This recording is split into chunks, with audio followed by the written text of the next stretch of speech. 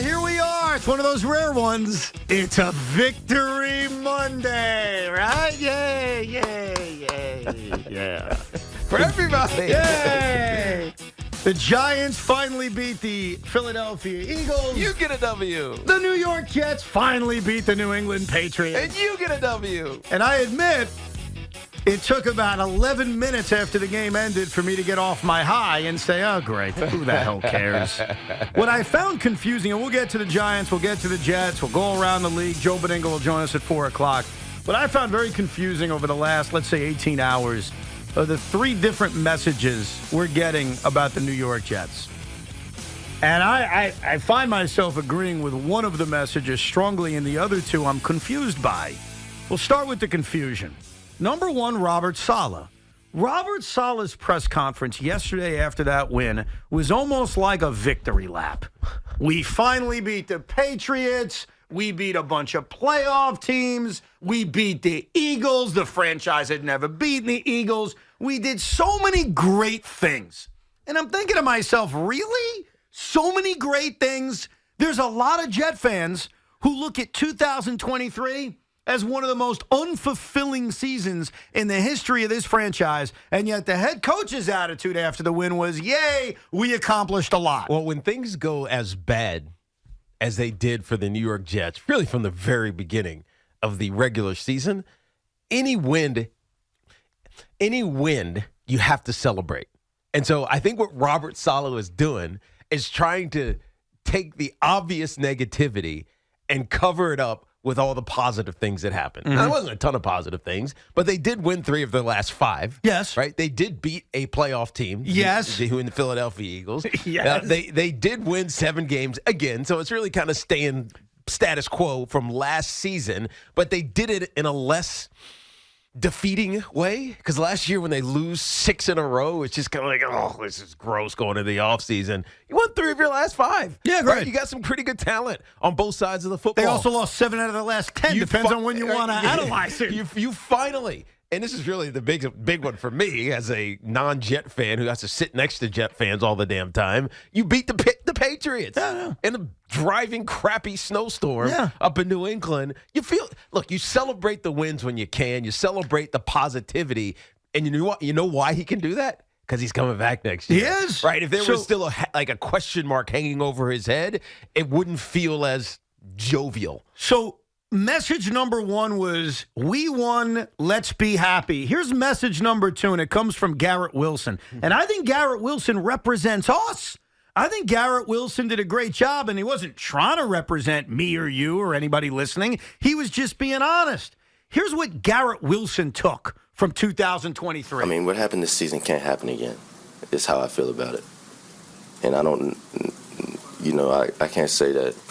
Kind of back to what Connor had asked me, I got to stay in my lane. I don't know exactly how to answer that, to be fair, or to be honest.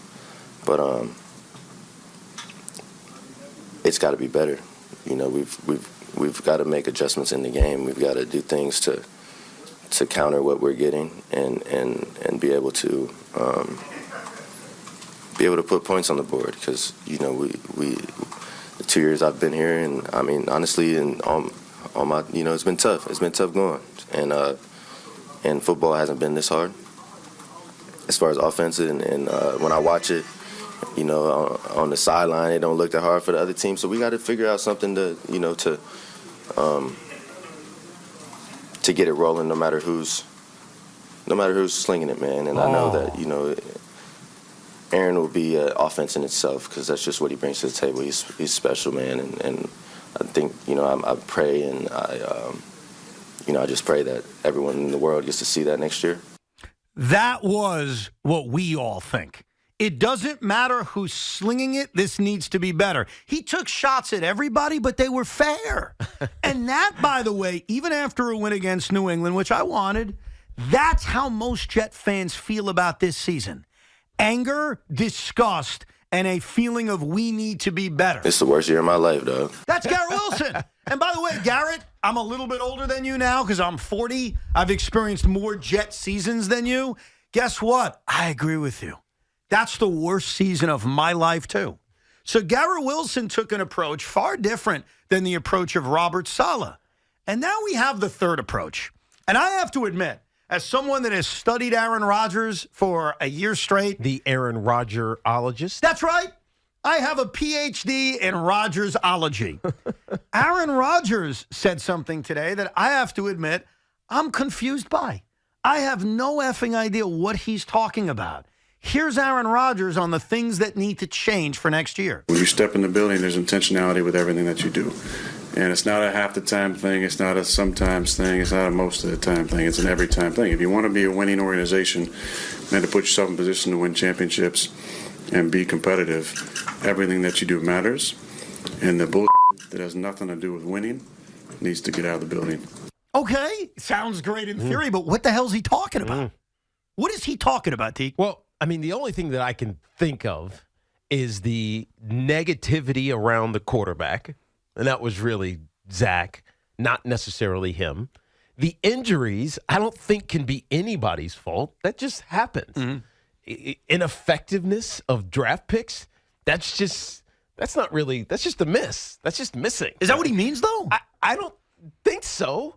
But I also kind of feel like he's talking about himself. That he's the BS that has nothing to do with winning? Think about all of the things that we criticize around this team. It's what comes from his intimations or his Pat McAfee appearances or, his facial expressions or what. It always feels like it's coming from him. If there's things that we're talking about that aren't football related, and it's only Aaron Rodgers. Only. It's not anybody else. We're not talking about this with Sauce Gardner or Garrett Wilson. Maybe not Quinnen Williams, not Quincy Williams. None of it. Everything we talk about, every other player is football related. The only person we talk to about non-football stuff is Aaron Rodgers. So is he talking about himself? I don't think so. But I don't know what else he could be talking about. That's the challenge of what he said. Because the first thing I thought when I heard his words were, he's talking about himself. Like, that's the BS in the I don't know, the machine over there. It's all of the distractions that he's brought. The BS is not us as fans being critical. The BS is not that. The BS is what? Like, the Jets won 7 games this season. And as we sit here on January 8th and we compare it to our emotions on September 8th, there's no sugarcoating it. This was one of the worst seasons the franchise ever had. And by the way, the Giants didn't have a good year either. Because, a lot of things happen over the course of a season that change. Like, look what happened to the Mets this past year. All of a sudden, they're trading Justin Verlander and Max Scherzer. That's irrelevant. When the season started, the expectation was go win a World Series. Yes. They did not. To the point where they weren't even in a pennant race. The New York Jets' expectations at the beginning of this season on September 8th was to compete for a Super Bowl. If I told you they were going in 7-10, it doesn't matter how you get there. That season stinks. The New York Giants, coming off a playoff year, the hope was, hey, get back to the postseason. No matter how you get to 6 wins, which I called, it's 6 wins. So as we close out this season, I hear Robert Saleh painting me optimism. Shut up. I don't need to hear it. I don't want to hear optimism. Which, by the way, he should be doing. You have to do that.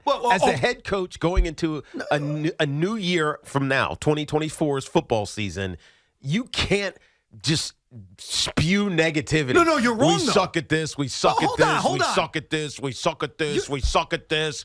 Well, we're going to be good next year, though. You got to be optimistic. Well, okay, we're going to get to each of these varying views that the Jets have. Aaron Rodgers, we got to cut out the BS. Garrett Wilson, this is the worst year of my life. And Robert Saleh, I'm going to paint you a pretty picture.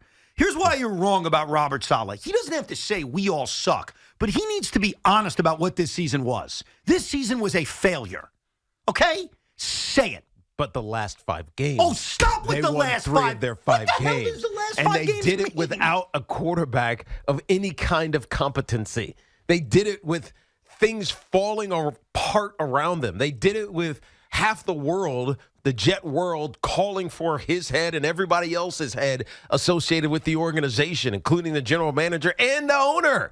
People want everybody gone. Yet they still found a way to win 3 out of their last 5 games, including, and most importantly, the New England Patriots. So that stupid streak is over. We don't have to hear about it again. Do you think winning 3 out of 5 games, 2 of which are against teams picking in the top 3 in the NFL draft? You win the games you play the schedule that's in front of you. No, I get that, and I usually feel that way. I'm just scribing the 3 out of 5 wins. That's all I'm doing. Because I tend to agree. You got to beat who's in front of you. And the win against the Texans seemed like a great win. The Texans won their division. Do you think winning 3 out of the last 5 games is something that you can kind of use as momentum into a new season? Yes, I do. Really? I do. Really? Because it feels good to win. With the Giants yesterday. Yeah, did the Eagles pull back after all those guys started getting hurt and Bobby Okereke runs right down, Jalen Hurts' throat and then just kind of hits his hand and it hurts his finger and it's like, dude, pull these guys out of the game.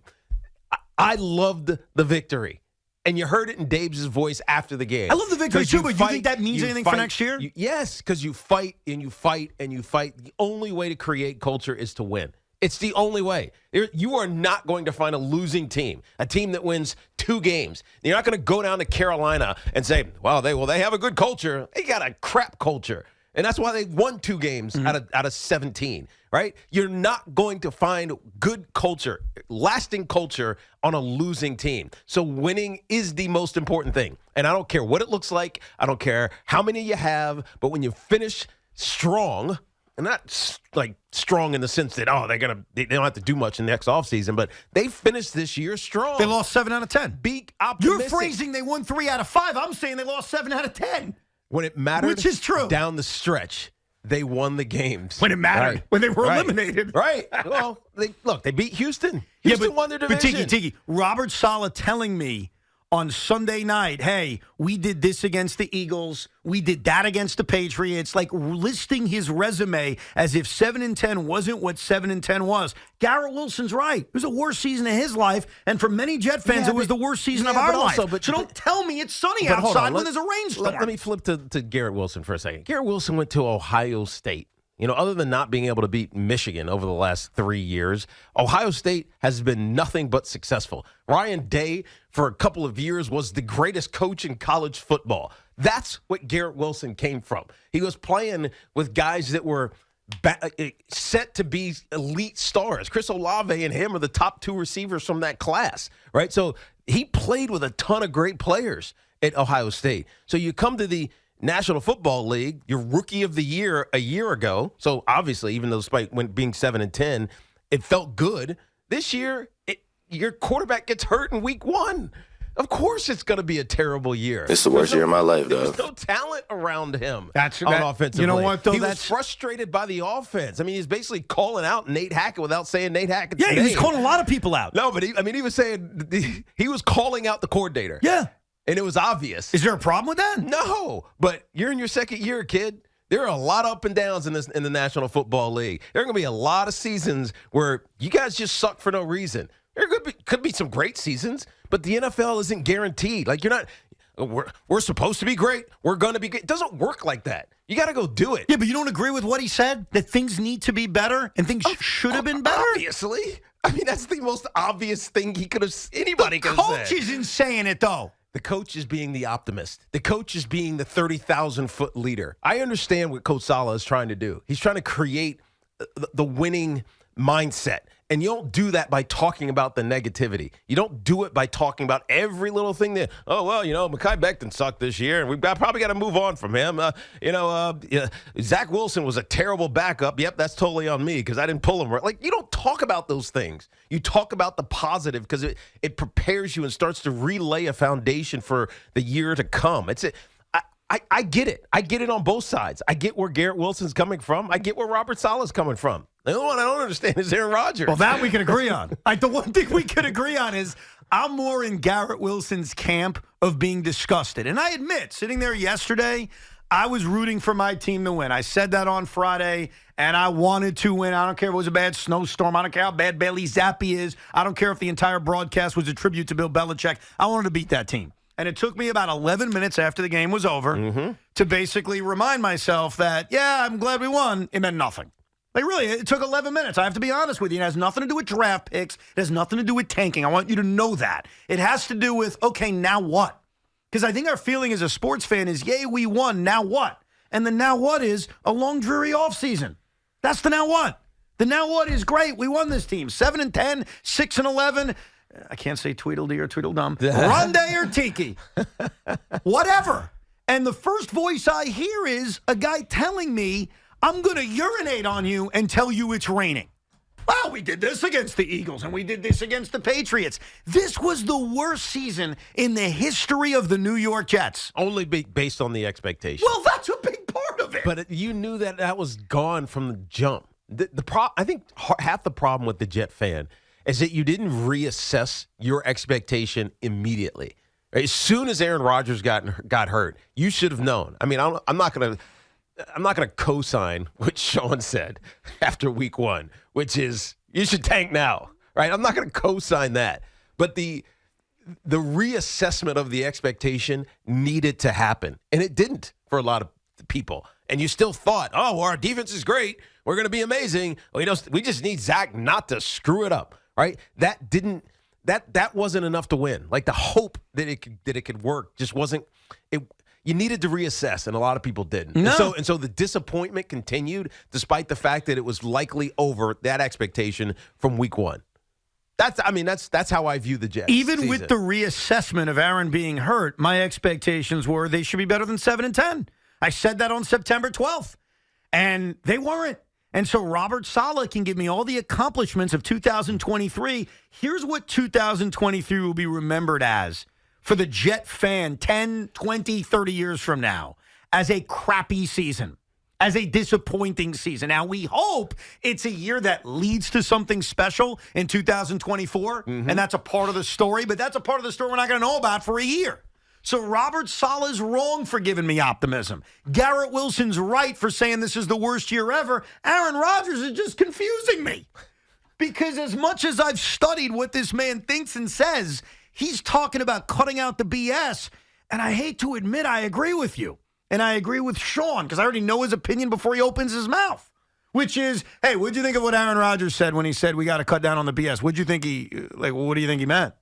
Meant himself? Yeah, I kind of agree with you guys. Right. By the way, there's a team in the NFL who followed exactly what Rodgers is saying this year. That's the Green Bay Packers. Don't bring them up to me. Who are back in the playoffs after cutting out the BS. Because when I think back to this season and I assess all the negativities and I ask, okay, well, what's the BS? Let me get to the bottom of this as a diehard fan who watched every snap, including to the bitter end on a snowy day in Foxborough. What's the BS? The only BS I can come up with is what you guys are coming up with, was the fact that earlier today, when Aaron Rodgers was asked a simple question about, hey, that Jimmy Kimmel thing became a big deal, would you like to address it? Aaron Rodgers' answer, which I think was a great answer, contributed to the BS. Yeah, I'm going to talk about it tomorrow on the show. Tune in. Can you give us anything now? I mean, we're here right now. Can you just... Yeah, check me out tomorrow. How was ours? McAfee give you a raise. Great line by Costello, by the way. It's McAfee giving you a raise. So that's sort of BS. It's stuff that matters but doesn't matter. Yeah. If that's not what he's talking that really about. doesn't matter at all. That doesn't matter about it either. that literally means nothing. Okay. Then what's the BS we're talking about? It's in his opinion. It means nothing. So what's the BS that we're talking about? I don't know. I don't know. Unless he thinks that there are leaks in the building. But I'm trying to think of what the leaks in the building were. Well, if we went back the last 18 weeks, the only thing that felt like it was drama off the football field was the idea of, does Zach Wilson want to quit or not? Right. That time. Right. And that was when he brought up the leaks in the building. Other than that, there's nothing else that happened this year outside of his appearances on McAfee that were anything non-football related that felt like a distraction. Saleh's clueless, Wilson's right, and Rodgers is confusing me. The three pillars of the New York Jets right now giving us very different views on this season, and that's why I got to hear what Woody has to say. Not that that'll make me feel better. I got to hear what Joe Douglas has to say. Not that that'll make me feel better. But we'll get your calls about this. We'll get into the Giants as well. Joe Shane and Brian Daboll met the media earlier today and gave you a little bit of niblets, if you will, on what to expect this offseason. The latest on Saquon Barkley. So a lot of Giants, a lot of Jets. We'll get you ready for the postseason as well. And Joe Bedingle will join us coming up at 4 o'clock.